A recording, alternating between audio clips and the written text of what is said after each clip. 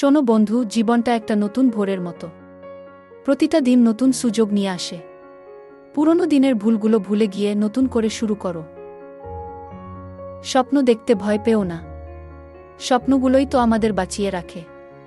ছোট ছোট পদক্ষেপ নাও, দেখবে একদিন ঠিক পৌঁছে গেছো তোমার স্বপ্নের ঠিকানায়। নিজের উপর বিশ্বাস রাখো। তুমি পারবে, এটা মনে রেখো সবসময়। অন্যের কথায় কান দিও না, নিজের ভেতরের শক্তিকে জাগাও। ব্যর্থতা জীবনের একটা অংশ। এটা তোমাকে আরও শক্তিশালী করে তোলে।